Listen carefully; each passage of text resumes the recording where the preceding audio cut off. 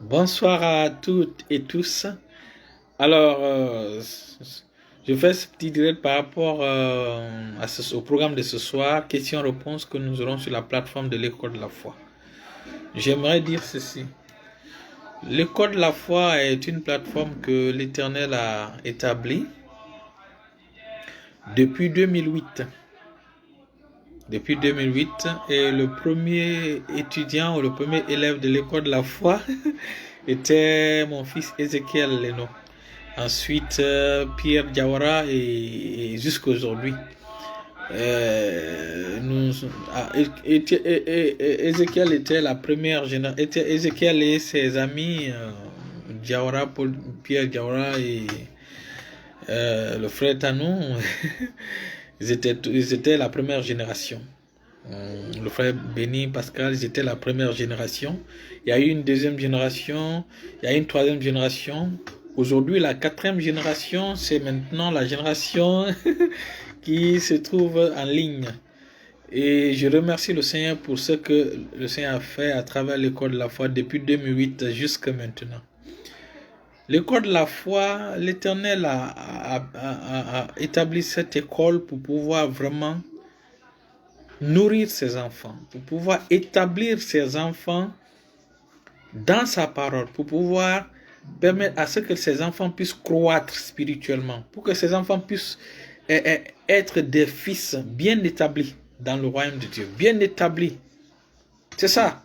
Donc, notre objectif, c'est d'équiper les enfants de Dieu, c'est d'équiper les enfants de Dieu à travers le monde, c'est d'équiper les enfants de Dieu à travers le monde, pour ne pas que les vagues de doctrines bizarres viennent les emporter, ça c'est un. Deuxièmement, pour les permettre de bénéficier de leur héritage en Christ, pour leur permettre de bénéficier de leur héritage en Christ, afin qu'ils soient établis vraiment. C'est ça.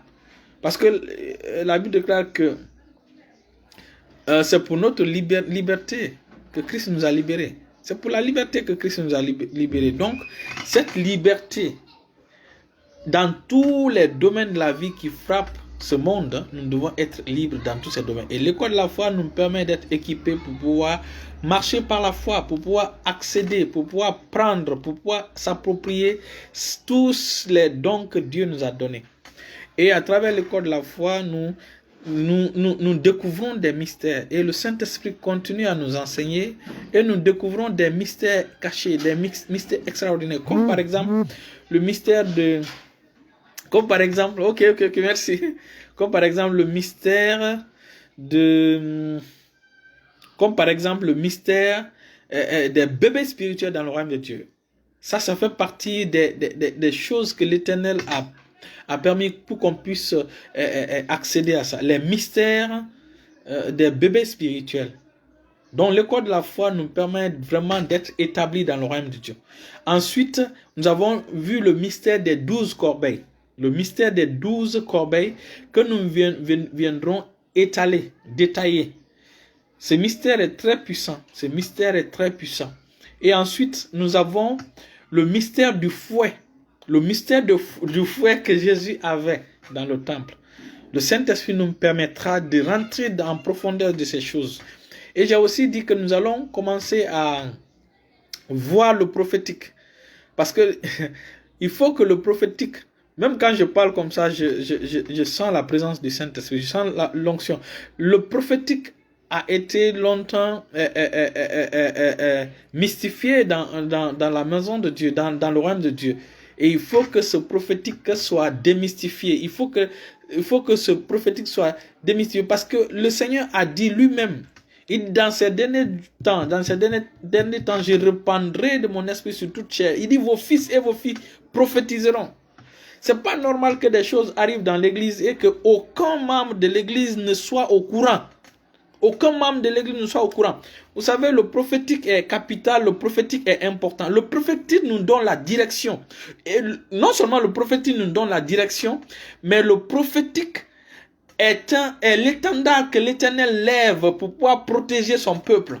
Si des gens entrent dans le peuple de Dieu, ils ont une mauvaise intention. ils ont une mauvaise vision. Le prophétique nous permet de pouvoir les démasquer. On n'a pas besoin d'aller chez les marabouts, les féticheurs pour pouvoir démasquer tel. Non, non, non. Nous pouvons... Oh, gloire à Dieu. Gloire à Dieu. Je me rappelle un jour, il y a eu un vol dans un lieu de travail et de l'une de nos sœurs. Et donc, puisqu'il y a eu ce vol et ce montant était élevé,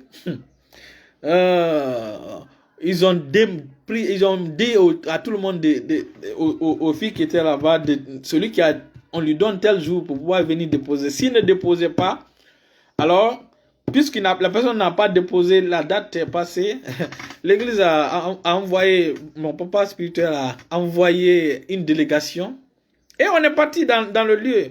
On a oint tout le monde. La personne est tombée. La personne est tombée devant tout le monde. La personne est tombée. On n'a pas besoin de faire appel à un magicien au village. À un magicien au village pour venir prendre votre prophète, votre voleur, pour venir prendre votre tel. Merci, frère Zaroplum. Merci vraiment pour tout ce que vous faites, pour nous vraiment. Que le Seigneur vous bénisse. Et donc, écoutez, c'est ça, le prophétique est capital, le prophétique est important. Donc, c'est juste un peu, voilà, juste pour vous voir. Donc, nos fils et nos filles doivent prophétiser. C'est quelque chose qui doit être habituel. C'est quelque chose qui doit être fréquent dans l'église. Dans l'église, il faut qu'il y ait des prophètes. Dans l'église, il faut qu'il y ait des gens qui ont le don de prophétiser. Malgré que le prophète ait le don de prophétiser, c'est pas pareil. Le ministère de prophète est différent du don du Saint-Esprit de prophétiser. Et donc, et même la Bible, toute la Bible est fondée sur la prophétie. Donc, il est important que nous puissions comprendre ces choses. Mais avant tout, il faut comprendre ceci. Tu es ton propre prophète. Tu es d'abord ton propre prophète. Et ta bouche a été donnée pour que tu puisses frayer. Tu utilises la parole de Dieu pour frayer l'avenir que tu veux. Et donc, je fais juste ce petit direct pour vous rappeler que ce soir, nous aurons questions-réponses. Laissez vos questionnaires et nous allons pouvoir donner les réponses ce soir. Et je voulais dire ceci.